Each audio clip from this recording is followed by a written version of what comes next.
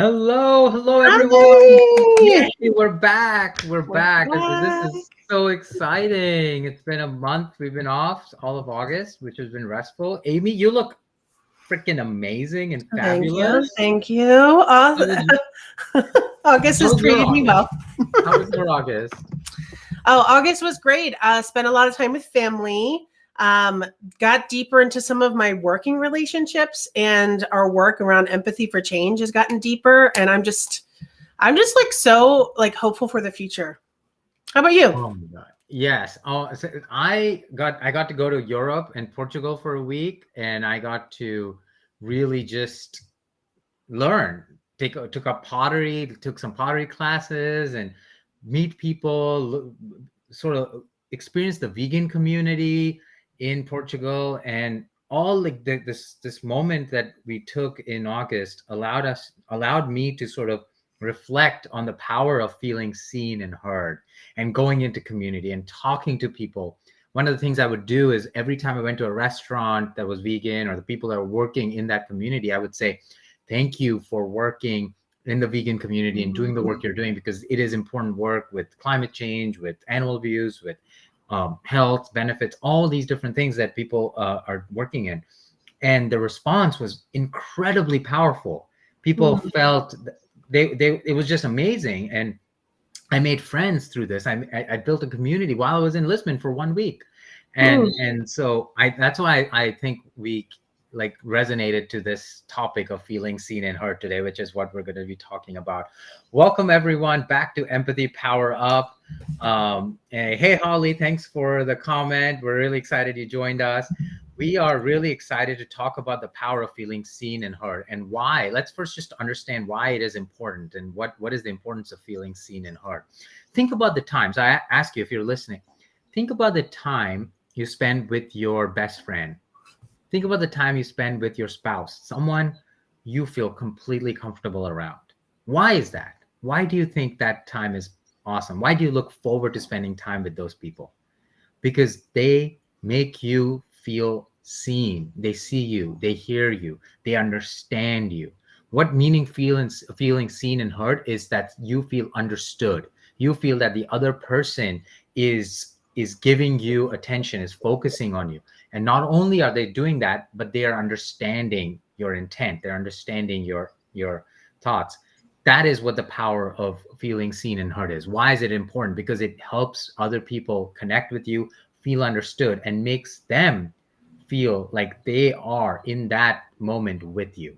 And when we talk about empathy, when we talk about work, as a manager, as a leader, as an employee, as a customer, as a vendor, feeling seen and heard can build incredibly strong relationships. What is business at the end of the day? Business is just, no matter what type of business you are, it's people with people.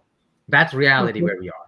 And if you help people feel seen and heard, think about the impact that could have on our world. Amy, would love to get your thoughts. Yeah, absolutely. One thing that hits me very hard right now is this concept that I see time and time again in cultures, where it says they're focused more on the mission than they are on people that are around them.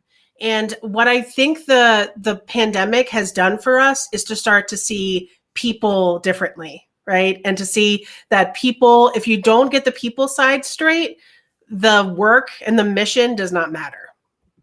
You know? I completely agree. Yeah. And at the end of the day, people want to just be understood. And I was watching like this stupid example. Malcolm, I was sort of like in the background while I'm doing stuff. I have Malcolm in the middle in the background, right? It's something I Okay. grew up watching. And I was like, Mhm. wow, this is Comforting. first, this TV show is all about generational trauma, which I didn't realize. Now with the new lens, I look at it. But secondly, it's just that the kids want, everyone in that, every character just wants to feel understood, and they're just telling each other what to do versus Mm. understanding each other. And that's Mhm. where I think it comes into companies as well, when managers relationship with their teams relationship with each other, with cross teams. If you are you putting in the effort to make sure that the other person is feeling seen and heard. And Mhm. one of the Mhm. inspiring stories I read is in your book, Empathy for Change, which people, the audiobook is coming out end of September. Look out for that. That's going to be really exciting. My favorite way to read a book is listen to it, so I'm excited about it. But Amy, would love to hear that story you shared in the book. Yeah, you're going to get, this is like a sneak peek because the audiobook is read by yours truly. So I have, and when you're listening to the audiobook, just imagine me in my closet in my second bedroom. I'm like saying this to everybody and doing many hours of it. So without further ado, I'm going to mention this. So this is the story is at the beginning of chapter 9, and the theme is called belonging to ourselves and in community. I can remember 3 times in my life when I felt truly heard and seen, and it made all the difference. One of those times happened in May 2015, and it set me on a path of personal transformation. A few months earlier, in February, I hit a really deep bottom. I was working in a job that was meaningful and challenging. I was leading a new initiative to build a culture of innovation at Booz Allen Hamilton, a major management consulting firm. But I was working 80 hours a week. My nickname was the plate spinner, as I was managing multiple streams of work and delivering on all of them simultaneously. I instead wanted to spin myself into non-existence. I had no social life, few friends, and I was battling addictions to both food and sex. I was numbing out and my life was running off the rails. I was depressed, anxious, and suicidal. I was exposed and raw. It was the epitome of burning the candle at both ends, but instead of burning the candle on one end, I was burning myself out. There, lying on the fetal position in the floor, I knew something needed to change. I was caring about everyone else but myself. Self-care was not part of the vocabulary at the time, and I held onto the shame and isolated myself mentally from everyone. I came from a family that rarely talked about our feelings or the elephant in the room, which was often my drunk father. I was not tending to my emotions and setting boundaries to protect myself. So in May of 2015, I traveled to Peru and my 3 sisters to help celebrate my sister's 40th birthday. I knew I wouldn't be able to hide what I was going through for the entire week for the trip, but gave a valiant effort. I remember the exact moment I broke down and opened myself up. We were on the rooftop of our hotel in Cusco and enjoying a bottle of wine before our trek to the ruins of Machu Picchu within the next few days. My sister Jen was talking about how loving our parents were and that we were so lucky to have them leading us to be great humans. She was painting a picture of this childhood that I was around 10 years ahead, where she was 10 years ahead of my sister Bridget and me. It was most definitely not my experience. So my eyes welled up with tears and I exclaimed, "I don't know how you can say that, Jen. I think you've been living a different life than I did." It was clear that I had unresolved resentment with my alcoholic father. I listed out the reasons why we didn't have an ideal childhood. My emotion took the best of me. A full fountain of tears streamed down my face, along with a few snot bubbles. My vulnerability and candor terrified Jen. She tried to stop me and said that as a medical professional, she recommends that I sign into an inpatient mental health facility when I got back home and not come out until I was better. In that moment, I needed someone to listen to me and not to fix me and tell me what I should or shouldn't do. My other 2 sisters confronted Jen and asked her to stop solving the problem and to start listening. To my amazement, she couldn't do it and she walked away. I'm grateful that my other sisters in that moment showed me empathy and were there with me. As my story and pain unfurled, I felt seen and heard. And a few days later, my sister Christina pulled me aside and told me about this 12-step program, Adult Children of Alcoholics, that might be able to help me. I attended my first meeting in June of 27th of 2015 with a room full of strangers, but I left with fellow travelers who were looking to recover from the effects of a dysfunctional childhood. Being an ACA has been the most transformative experience in my life and has led me to a space of true belonging. So, such a vulnerable, powerful story, inspiring, and demonstrates the power of feeling seen and heard. Instead of us trying to go fix the problem, us trying to listen, we listen with the act of how do we fix it versus listening to the act of understanding. And really, oh my gosh, so such a powerful story. And this is Mhm. why I think the power of feeling seen and heard is not yet talked about so largely. Burning out, working 80 hours a week, that is a very common thing in the world. It Mhm. used to be celebrated. People used to wear it as a badge of honor, like, oh, I Yeah, am doing this, I'm spinning all these plates. And in fact, what you're doing is hurting yourself. Wow, thank you for sharing that. Um, absolutely. Yeah. Someone used to say that I was the busiest person that they knew, right? And I was just like, I did wear that as a badge of honor. I was like, yeah, I'm just getting stuff done, right? I'm like pushing it forward. But given my past experience, I really dissociate from a lot of things that I'm having. And life is not fun when that happens, right? And so if I had people at work who recognize this, right, and took the time to understand me instead of focused on making the next, making some more money for the company, or to be more focused on the end of the day, like the being billable and in mhm. my consulting environment.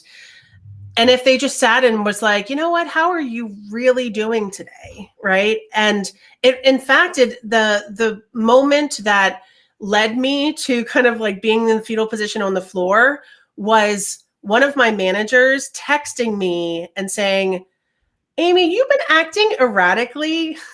Is everything okay? Right? And I was like, everything is not okay, and I am struggling. And that's when everything just started coming crashing down to the Mm, ground. mm. And that piece of like, she could understand that was happening, but the way it just unfolded was just not the way I wish I had done, you know?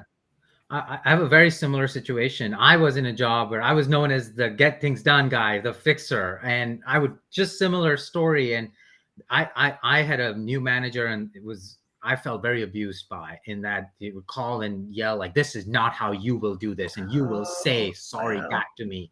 Like those are the words I would Oh, hear, no. and that I reached out. I hit my head. I reached out to some of the leaders, CEO at the company who were close to, and my boss's boss, and I told my story, and what I got back from that was sympathy. It wasn't feeling seen or heard. It Mm, was like, mhm, oh, I never want anyone to feel the way you're feeling, but this is mm, how things are in the world. That's what I was told, and that yep. obviously led me to leaving. One of the reasons to leave, but I think yeah, absolutely. I think if we had taken a moment, if we sit with someone when they're in whatever space they are, even if it's a happy space and they feel seen and heard, they are more likely to return that response, return that empathy back. And that builds this chain of empathy and builds a better culture. So companies are always focused on building stronger cultures and more values driven. Mhm, And this is a key element of that. mhm. Absolutely. We've got a couple people who've been responding to this. Yeah. This is the main reason I started You Are Enough. This Share It Forward campaign is all about helping people feel seen and heard. Thank you, Kathy. That's amazing. Mhm. Absolutely. You are enough. That hits me deeply. That is one of my things where it's like I always keep hitting back, and I was like, oh, like I'm never enough is something that I keep realizing, that I keep saying to myself. And like I even have a mug that says you are enough. So Kathy, I Yeah. agree with that. Is that like, but it's what's beautiful is that if you start identifying, and the workplace can help you with this, right? Like if you start identifying your triggers, who you are, like as a person, that's a deeper level of understanding. And maybe you don't recognize that you're doing something a little Yeah. bit different, right? I have my leg shakes sometimes because I have an anxious twitch. And so when I don't know that I'm doing it, so somebody else could tell me. So I think that idea of like, you are enough, like believing it yourself also is great to have other people kind of show it to you as well, at Yeah. the end of the day.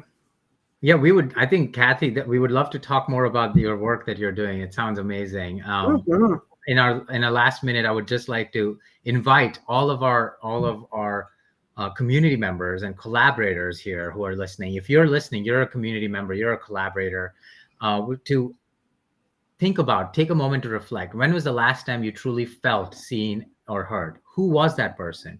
Who did you help feel seen and heard?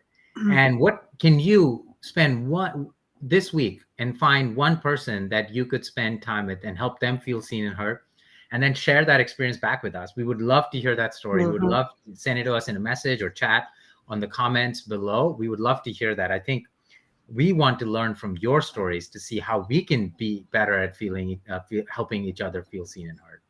Absolutely. And like if you have a story that you'd love to share on future empathy power ups, like the next month, I think it'd be great if we could really keep focusing on feeling seen and heard as a like just a theme for this month and get more people to come in. So Kathy, like please reach out. We'd love to hear your story and of you are enough.